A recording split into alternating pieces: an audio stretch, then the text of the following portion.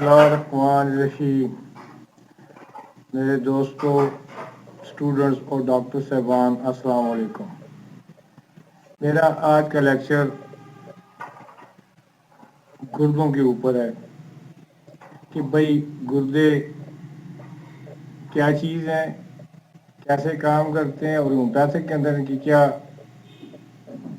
کیفیت ہے، اور ہم لوگ ہومیوپیتھک کے اندر گردوں کا علاج کیسے کرتے ہیں۔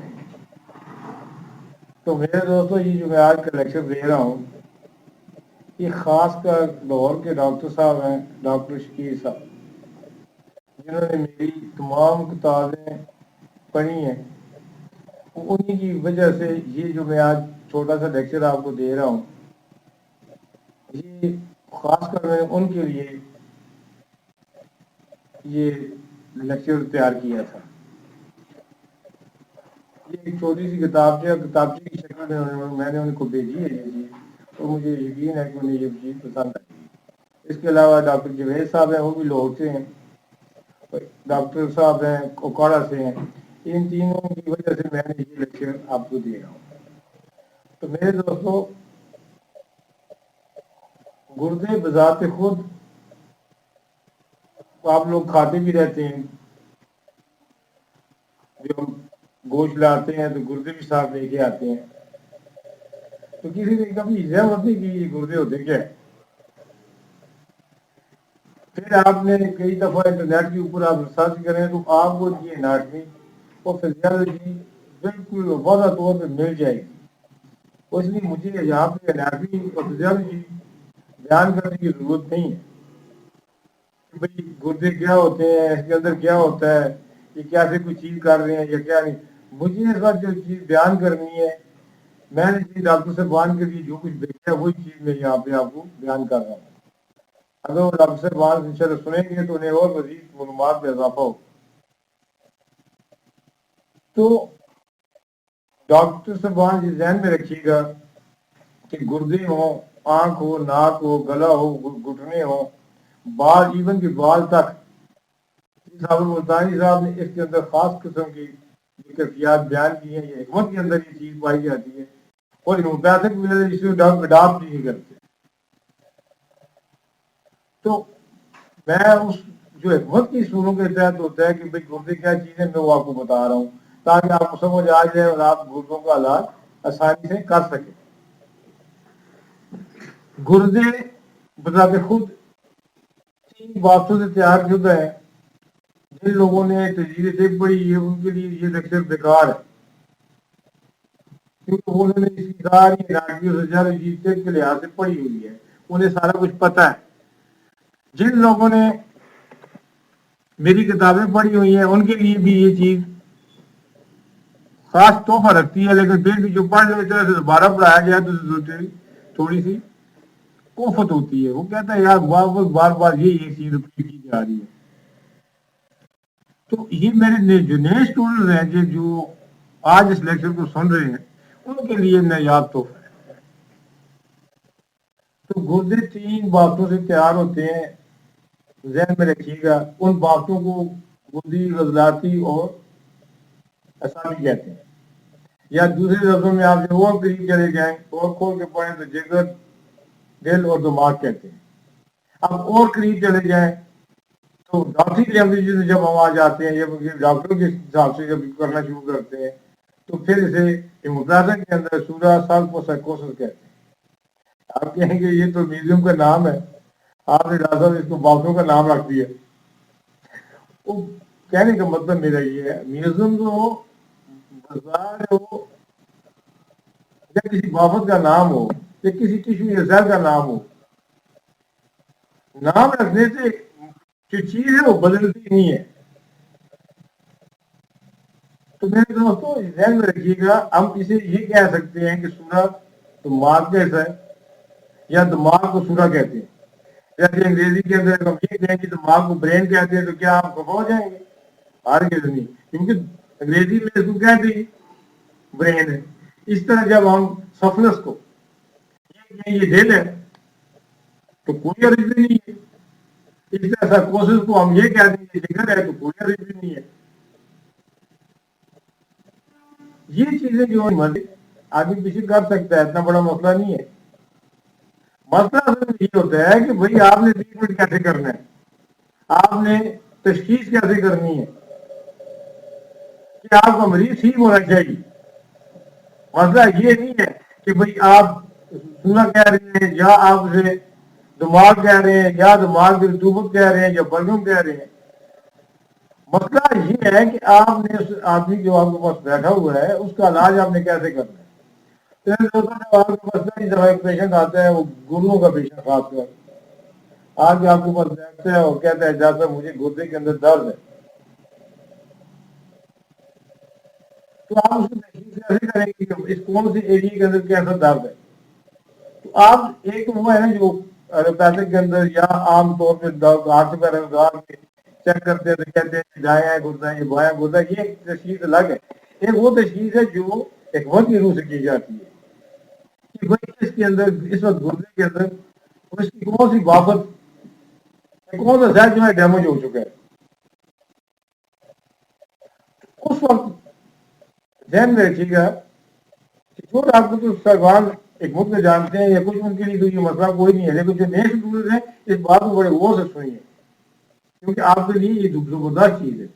یہاں پہ آ کے ہم جب یہ کہتے ہیں کہ گردے کا پیشنٹ ہے تو گردے کا پیشنٹ کہنے کے بعد ایک مقام پر پہنچے آگے پھر یہ سمجھیے کہ گردے کے تین جو ہے خانے بنے ہوئے ہیں، جنہیں ایک نمبر ایک خانہ ہم اعصاب کہہ سکتے ہیں، یعنی اعصابی انفیکشن بھی کہہ سکتے ہیں، ورم اور نزلہ بھی کہہ سکتے ہیں. نمبر دو غدی کہہ سکتے ہیں، اور نمبر تین عضلاتی کہہ سکتے ہیں. اب ان تینوں کی تشخیص آپ نے الگ الگ کرنی ہے. تو یہاں پہ میں آپ کو جو میں نے ڈاکٹر صاحب کو گردے کی کتابیں بھیجی ہیں ان تینوں کی یہ کتابچہ بنا کے بھیجا ہے کہ وہ سمجھ لیں، وہ دیکھ لیں اور سمجھ آ جائے. تو جب آپ کے پاس اعصابی پیشنٹ آئے گا تو ڈاکٹر صاحب آپ وہاں تشخیصی فارم آپ کے پاس موجود ہے. آپ تشخیصی فارم کے اندر پیشاب والی جگہ پہ دیکھیں تو آپ کو وہاں پوری تشخیص مل جائے گی. مطلب جب آپ اعصابی تشخیص کریں گے تو پیشاب والی جگہ جائیں گے تو پیشنٹ یہ کہے گا کہ مجھے کثرت پیشاب ہے، میرا پیشاب مجھے ٹھنڈا محسوس ہوتا ہے، تھوڑا سا پانی پیتا ہوں فوراً پیشاب آ جاتا ہے.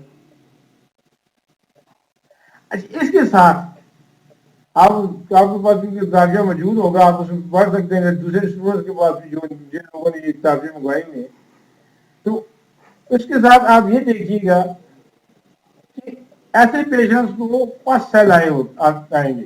جب آپ لیبارٹری میں سے ٹیسٹ کروائیں گے تو وہ لیبارٹری میں لکھے گا پس سیل.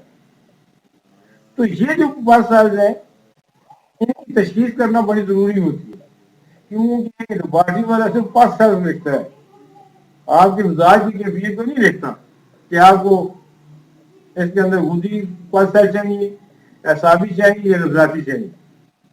ان کے لیے میں نے وہاں پہ اس پہ لکھا ہوا ہے باقاعدہ اعصابی فال کے آخر میں لکھا ہوگا جہاں انفیکشن لکھا ہے وہاں پہ رطوبت نزلے کی جو پس سیل کی حقیقت ہے وہ وہاں پہ درج ہوتی ہے. تو اس پہ جتنی تھوڑے سے ٹائم میں یہ آپ کو اعصاب کے بارے میں بتاؤں گا کہ اعصاب کے جو پس سیل ہوتے ہیں ہم کیا کہتے ہیں اور کیسا ہے. تو اعصاب کے اندر جو پس سیل آ رہے ہوتے ہیں گردے کی وجہ سے تو ذہن میں رکھیے گا جہاں WBC زیادہ ہوتی ہے، یعنی پس سیل کی شکل جتنی بھی زیادہ ہوگی وہاں WBC کی زیادتی ہوگی. اور وہ کپڑے کے ساتھ یعنی آپ اسے کہیں جو پیشنٹ ہے کہ جب وہ پیشاب کر کے فارغ ہو تو کپڑے کے ساتھ سفید کپڑے کے ساتھ اپنے آپ کو خشک کرے تو وہ دیکھے گا وہ ایریا جو ہے وہ سفید رنگ میں ہوگا، وائٹ کلر جیسے انڈے کی سفیدی ہوتی ہے ایسا ہوگا. تو اسے ہم کہتے ہیں اعصابی پس سیل کا آنا یا اعصابی انفیکشن. تو ڈاکٹر صاحب آپ کے پاس یا دوسرے اسٹوڈنٹ کے پاس کتاب کے اندر یہ لکھی ہوئی ہے کہ جب اعصابی انفیکشن موجود ہو تو کون سے اعصابی امراض سامنے آ جاتے ہیں گردے کے خاص کر. تو اعصابی امراض کے اندر یہ ہوتا ہے کہ پیشنٹ کا گردہ جو ہوتا ہے وہ اپنی ضرورت سے زیادہ پھیل جاتا ہے اور اس کے اندر ڈھیلا پن آ جاتا ہے، وہ پیشاب کو روک ہی نہیں سکتا. کیفیت شوگر والے کی ہوتی ہے لیکن شوگر ہوتی نہیں ہے اس کے اندر پیشنٹ کو، لیکن پیشنٹ کو بار بار پیشاب آ رہا ہوتا ہے اور اس کے حساب سے پس سیل آ رہے ہوتے ہیں. اچھا بڑے مزے کی بات یہاں یہ ہے کہ اعصاب کے اندر جلن نہیں ہوتی، یا وہ بھی تو بہت مائنر، وہ بھی مائنر قسم کی اس وجہ سے ہو جاتی ہے کہ اس میں سفرا شامل ہو جاتا ہے، جسے ہم تار اور گرم کیفیت کہتے ہیں.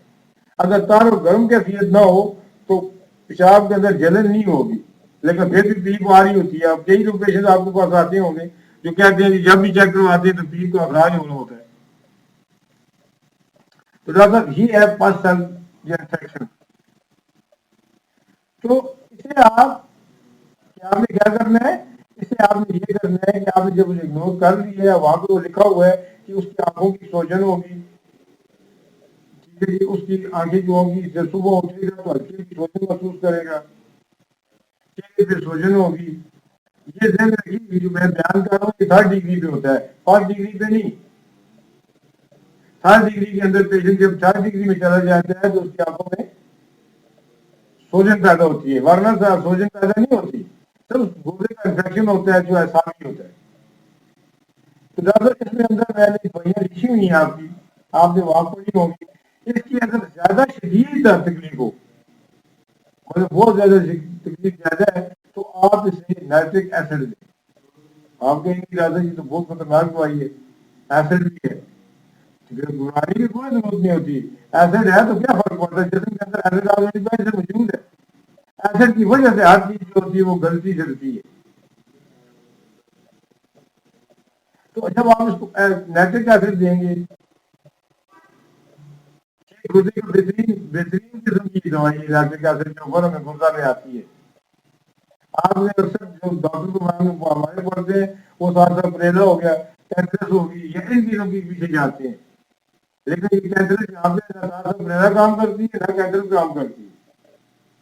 یہاں پہ جو سب سے بہترین دوائی کام کرتی ہے وہ اینٹی انفیکشن دوائی ہوتی ہیں جو انفیکشن کو ختم کرنے کی پوری صلاحیت رکھتی ہے.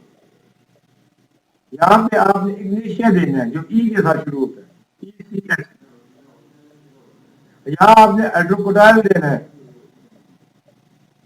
تو آپ کا پیشنٹ آپ اس کے پاس سیل جو ہوں گے وہ ختم ہو جائیں گے. یہ علاج میں ضد میں آپ کو بتا رہا ہوں، ذہن میں رکھیے گا ڈاکٹر کہ یہ علاج میں ضد کی کیفیت بتا رہا ہوں. کیونکہ یہاں پہ لوگوں کو یہ ہوتا ہے نا کہ یہ امتیازی کے اندر کیونکہ ہماری 3 کیفیات ہیں، مقوی، بالضد اور بالمثل. تو بالمثل کے اندر آپ ذہن میں رکھیے گا ڈاکٹر صاحب اپر سیلف ہے، جہاں جو 30 میں آپ اپر سیلف دیں گے اور سلیشیا دیں گے تو یہ انفیکشن کو ختم کر دیں گے. تو اس طرح آپ نے آج جو میں بھی اس وقت لیکچر دے رہا تھا یہ اعصاب کے اوپر ہے، اعصاب کی گردوں کے اوپر ہے. آگے اس کے میں تھوڑا سا اور بھی بڑھاؤں گا اس کو، کیونکہ اس کی آگے قسمیں ہیں، مطلب پراسٹیٹ ہے، پتھری ہے. اب یہ 2 چیزیں بھی اسی کے ساتھ اٹیچمنٹ ہے، یہ اکیلی نہیں ہے، یہ گردہ اکیلا نہیں ہوتا، اس کے ساتھ پراسٹیٹ بھی ہوتا ہے، مثانہ بھی ہے، پتھری بھی ہے. اچھا جی، استسقاء کہتے ہیں، سوجن بھی ہے. تو سوجن کے اندر ڈاکٹر ان کے 3 میں نے استعمال کیے ہیں لفظ. تو یہ الگ الگ آگے میں پھر اس کے اوپر بتاؤں گا کہ تاکہ آپ لوگ اپنے کتابچے میں جب پڑھیں تو آپ کو ان کو الگ الگ آپ کو سمجھ آئے. اس کے ساتھ ہی میں آپ سے اجازت چاہوں گا، اور دوسرا جو لیکچر ہے انشاءاللہ آپ ضرور سنیے گا، جو پراسٹیٹ کے اوپر ہوگا، پتھری کے اوپر ہوگا اور استسقاء لخمی کے اوپر ہوگا. کیونکہ اتنے ٹائم میں تھوڑے سے ٹائم میں تھوڑا سا ہی لیکچر دیا جا سکتا ہے، اتنا بڑا نہیں. شکریہ، تھینک یو، خدا حافظ.